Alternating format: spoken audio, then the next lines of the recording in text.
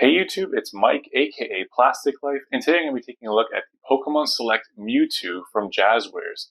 This figure has been something that I've been looking for a long time. I passed up on the SH Fig Arts because I thought it was too small, and this figure just looks to be the right size. And I'm excited to take a look at this, so let's crack it open and see what we got. Alright, and here is Mewtwo out of the package. And this figure, it looks pretty good. I like the colors on it. My paint apps are pretty good. My decals are good. My eyes look like they're positioned properly. I don't see any major flaws on this figure. While I just took a normal, regular glance at it, I did have a little bit of paint rub at the very top of his forehead, but I was able to just kind of scrape that off with my fingernail. Right off the bat, this figure's way more articulated than the Jazwares Pokemon Select Tyranitar, but I do have one major issue out of the box, and that is that this tail is extremely heavy, or it's fairly heavy, which means that he can't really stand on his own without this tail being kind of downwards or pointing downwards or down on the floor to be much of an anchor there. The joints in the knees, or I don't even know what these are, knees, I guess, knees and ankles, they're too loose to support the weight of the figure in this standing position like that. So that's one issue that I'm having right off the bat.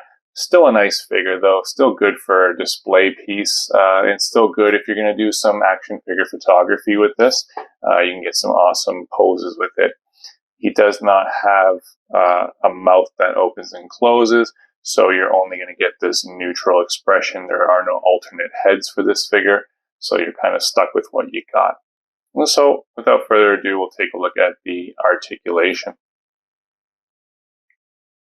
So, going into the articulation for the Jazwares Pokemon Select Mewtwo, this figure has, like I said, a lot more articulation than the Tyranitar, which I have reviewed earlier. Starting from the head is on, not on a ball peg, but it is on a bit of a swivel here. It can look up and it can look down.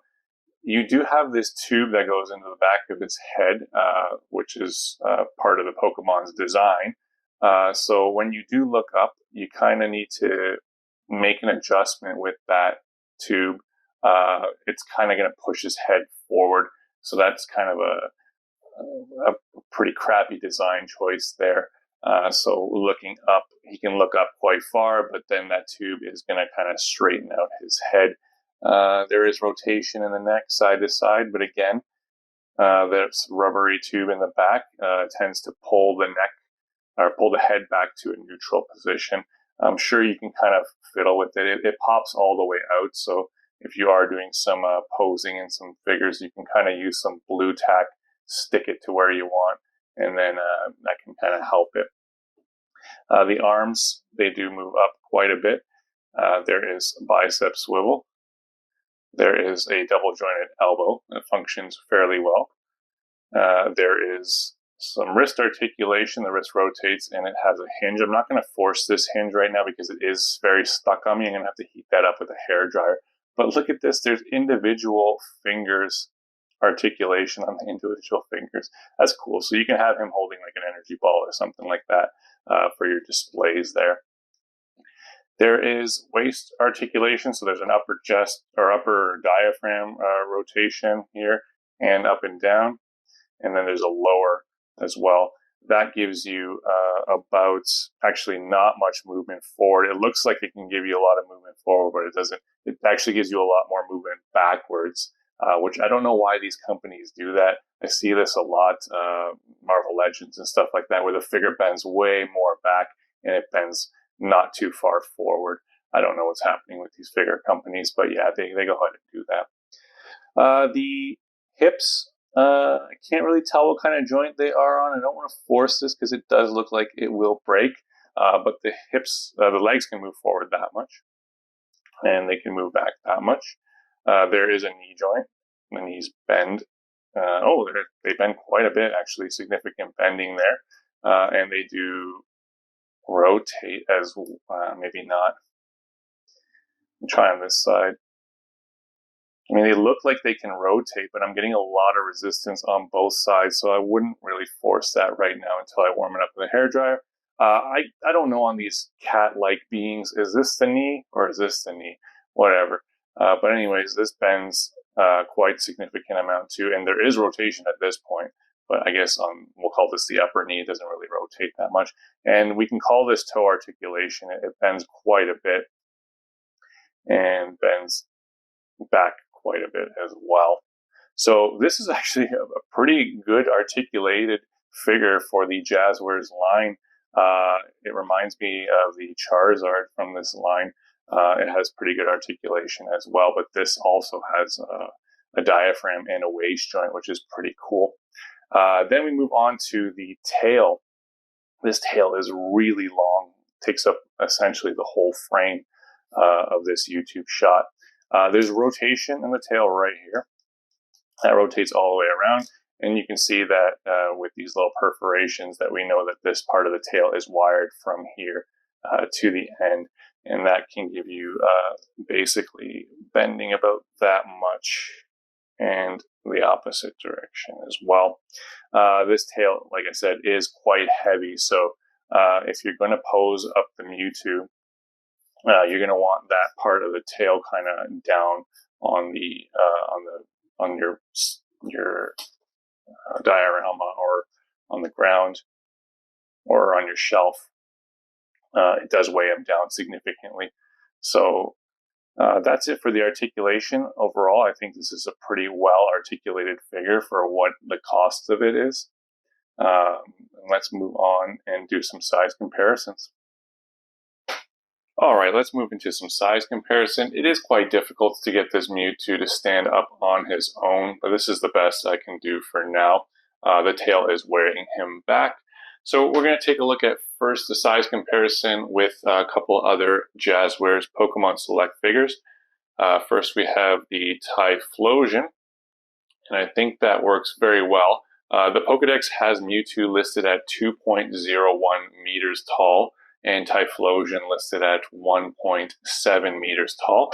So I think this is a good comparison between those two.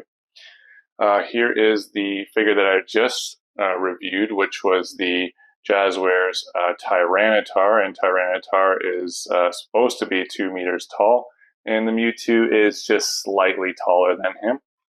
So that works out very well. So I'll get these guys out of the way. We'll move on to some smaller figures. Here is the Jazwares Ludicolo. This thing is pretty hilarious. I don't know why I bought it. I don't even like Ludicolo, but I wanted it for a little bit more display purposes. So there's a Ludicolo. He's pretty short. Here is the Gengar. The Gengar looks pretty good up next to Mewtwo. I think these two work well. We'll move into some other lines. Here is an SH Figuarts Blastoise. So Blastoise, the SH Figuarts line we know is quite small, but I do like this Blastoise for my displays. I find that he fits in pretty well with the Charizard from the Pokemon Select line.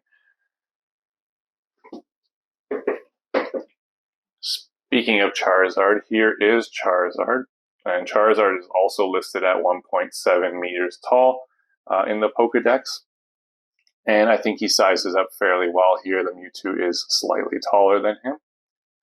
And for humans, we have Figma Trainer Red, and I think this looks fantastic. He is a good size. The Trainer Red is a good size for this Mewtwo. And this is part of the reason why I like to collect these Jazwares Pokemon Select figures. I do find that with the lack of other Pokemon figures that can go with Trainer Red, I find that the Pokemon Select line fits the best with the Figma Red. So I like to do a lot of photos with this figure, and it's always good to get new Pokemon to help out with those figures. So this Mewtwo stacks up very well with this Pokemon. So my thoughts on this figure, should you buy this figure? Well, as I've said before, if you're already invested in the Pokemon Select line, then yes, this is a good figure to buy. You can come up with some dynamic poses with this, and it does look good on a shelf. There's no mouth opening, so you only have this neutral expression for this figure. But I do think it's good in terms of for a collector's standpoint. From a photographer standpoint, yeah, you can get some pretty good dynamic shots. And the price point on this figure at $29.99 Canadian, it's pretty darn cheap for a figure that has good articulation and that pairs well with some of the older Pokemon figure lines, and also stands up well with the current Jazwares Pokemon. So yeah, I think this is a good buy. It's a fairly cheap figure, and it does fit well in your collection. It does have good shelf presence. I forgot to mention, it does come with the display stand. It's a standard Jazwares display stand, and it just pegs into the back there. You might want to have him on that display stand because it does have trouble standing on its own. But yeah, I think this is a good buy. I'm happy to have this in my collection. I do think it is better than the Tyranitar from this set. I have not yet reviewed the Suicune, but I will take that out of the box and review that and give a comparison with this figure as well. If you found this review helpful, hit that thumbs up and the subscribe buttons. Head on over to @plastic.life with a Y on Instagram for more action figure pics. And always remember, at the end of the day, it's your collection. Buy what makes you happy. I hope you'll catch my next videos. Take care.